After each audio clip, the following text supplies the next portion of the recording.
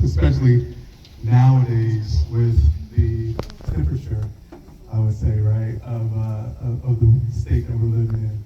So I really appreciate all the work that you and your team do to keep us sane, right? Yeah. Help us manage our emotions and just our feelings. So thank you so much for that. Thank you. So with that one being said, that's pretty much the heart of what we do here at the Chamber. With our mission is to provide equitable access and economic opportunity for all LGBT-owned and allied businesses. And part of that is to make sure that we celebrate one another as a community. So with that being said, I just want to invite our host here today, Dr. Sarah Ansbro. If she has things she'd like to say. Miss Stantonberg Challenge. And thank you so much all for being here. I'm just so heartwarmed. My heart is so warm from all the turnout. I have friends and business colleagues in my mastermind group, and of course my amazing team. You have Jessica and Donna, Bridget, Steve. So and wherever somewhere, amazing somewhere. And my darling husband Dennis, who's been an unwavering support through this entire process. So actually we're speech. ChatGPT said make it 5 minutes. What? So tonight, welcome to Conterra Psychiatry. Tonight, I'd like to get a little personal and tell you the story about how I found the mission of Conterra Psychiatry. Once upon a time, I fell in love with and married the most beautiful woman in the world. She was a transgender woman. I was with her as she started coming out to her family, some of her friends, and for work. And in that process, I witnessed my wife go from being seen for the content of her character to being judged by the misalignment between her true self and what's stated on her birth certificate. She was rejected by her family and religion, ostracized by many friends, and persecuted at her work. I begged her to seek psychiatric treatment, but she had already been to several places in San Antonio, none of which she felt understood or supported her in the context of identifying as a transgender woman. I don't feel safe, she told me many times. And though I tried my best to cocoon her and support her, it all became too much, and she took her life, falling victim to suicide in January 2017.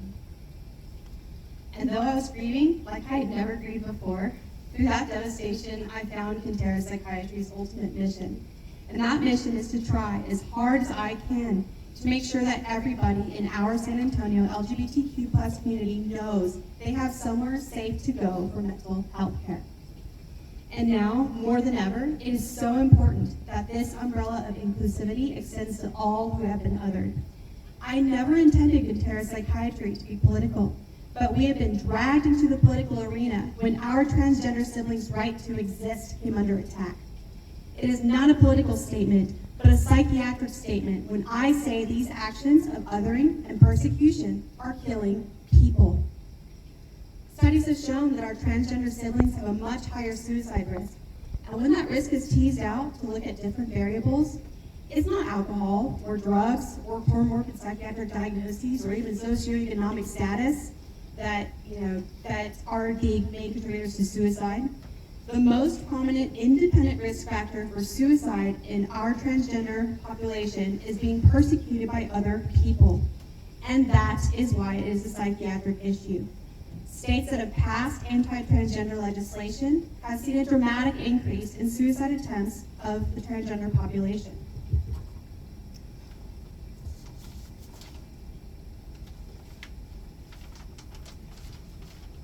So it is our mission to fight the increased risk of suicide attempts, and I'd like to share how I plan on doing that.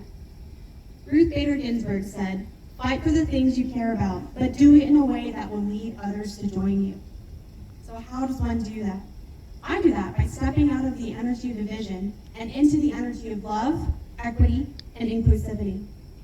Eckhart Tolle said, "If you want to bring about change in the world, you have to bring the right energy to it."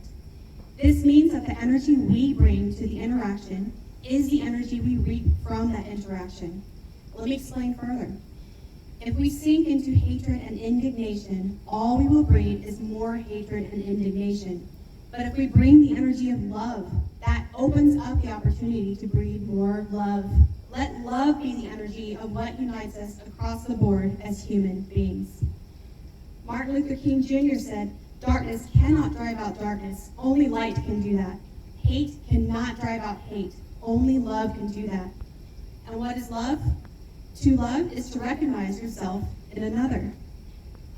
Recognize we all as society suffer when some of us are othered. Recognize that when we save lives, we save a part of ourselves. Recognize that when we smile and acknowledge each other's light, we in turn acknowledge the light that lives within us. Recognize that when we express gratitude to others, we in turn receive grace for ourselves. We in the United States are polarized on so many political fronts, but I hope that we all can agree that the loss of life, any life, by suicide is tragic. And decreasing suicide risk is the right way to go.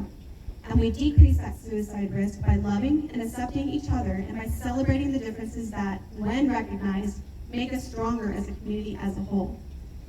My hope is that after this period of polarization and deconstruction, our society will evolve in a new direction, one of diversity, equity, and inclusivity.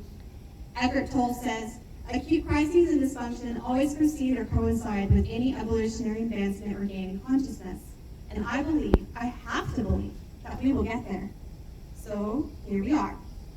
Martin Luther King Jr. says the ultimate measure of a person is not where they stand in moments of convenience, but where they stand at times of challenge and controversy.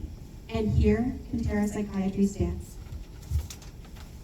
Let this ribbon-cutting ceremony symbolize Conterra Psychiatry's renewed commitment to continue to be a safe space for all who have ever been shamed, or othered, or devalued. We are, and always will be, a safe space to celebrate the authenticity and uniqueness of each and every one of you. And in that authenticity and uniqueness, we will grow and co-create the spirit of empowerment. Together, we can alchemize this polarization to serve as fuel for the evolution of the human consciousness.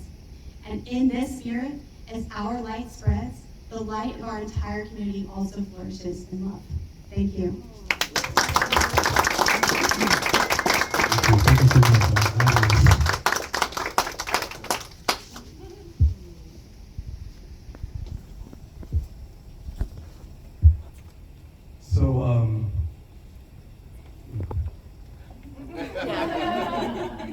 Don't do it. Not gonna do it. Not gonna do it.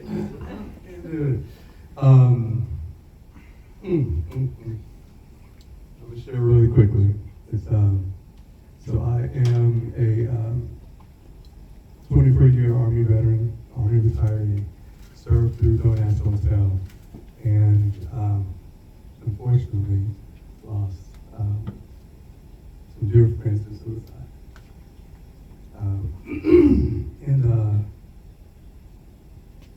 We gotta be better. We just gotta be better. We gotta continue to support one another. We gotta continue to be here for one another. And I love, as I told you earlier, institutions like this because they do provide a safe space for people that look like us, people that are us. And so thank you so much for your mission. Thank you much for your continued strategic plan that you have put in place, and to your wonderful team, and for everyone else here in San Antonio that does that. So with that being said, let's cut this ribbon. And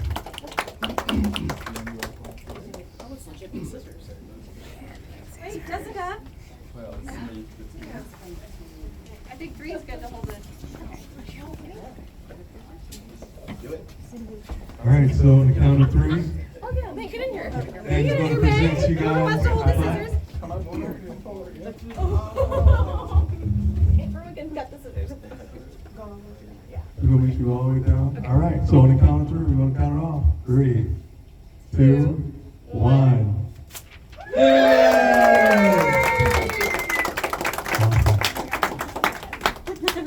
And Danny has something for you. Thank you for being a member for 9 years and supporting. Thank you so much. We're here for you. If you ever need anything, appreciate you. Thank you. Thank you all so much for coming. I hope everyone got plenty of food. We have so many good treats over there. I'm going to challenge on a double eggs and potatoes. Thank you.